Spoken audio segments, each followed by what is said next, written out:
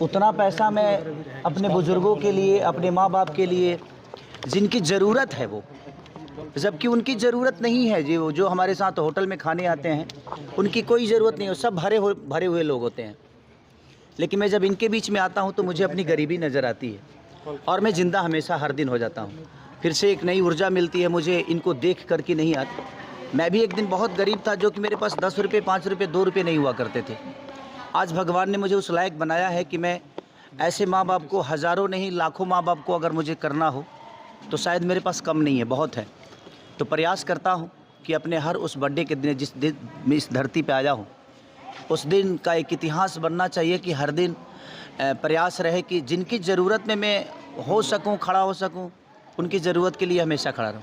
लेकिन बड़े लोगों को सर बड़े जगह पे पार्टियां होती है, लेकिन आप लोग बुजुर्गों के बीच फैसला कैसे कर पाते हैं? हर बार बुजुर्गों के बीच में आप लोग केक काटने पहुंच जाते हैं। देखिए, हम लोगों का ये आज से नहीं, मुझे लगता है कि शुरू से ऐसी आदत है हमारी कि मैं अगर बड़े होटल में भी केक काटता हूँ तो पूरे दिन कम से कम 10 वृद्धाश्रम या 10 अनाथालय ज़रूर जाता हूँ, ताकि मैं उनकी ज़रूरत की चीज़ों को मैं कर सकूँ, क्योंकि ये मांग नहीं सकते।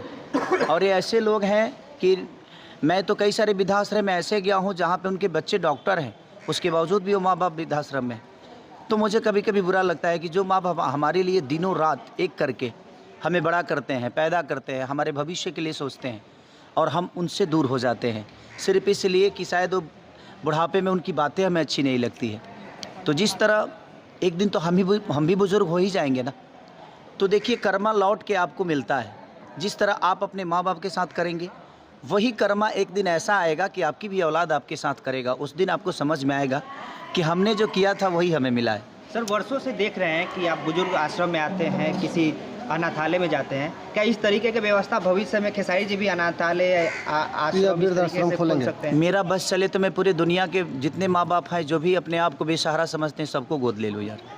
बट बात यह है कि मैं चाहता भी नहीं कि ऐसी सिचुएशन धरती पे आए।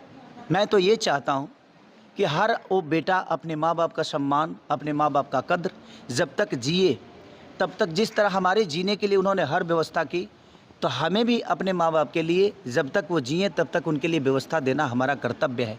क्योंकि इसी दिन के लिए हर वो माँ बाप अपने बच्चे को पालता है, हर माँ बाप अपने बच्चे के लिए करता है। यही दिन के लिए कि जिस दिन हम बुज़ुर्ग हो जाएंगे, जिस दिन बेसहारा हो जाएंगे, हमारा सहारा हमारा बेटा बनेगा।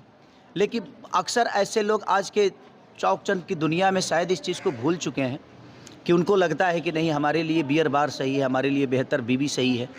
लेकिन अगर उस बीवी के लायक आप बने हैं ना, तो उस लायक बनाने में आपके पिता और आपके माँ का बहुत बड़ा योगदान होता है।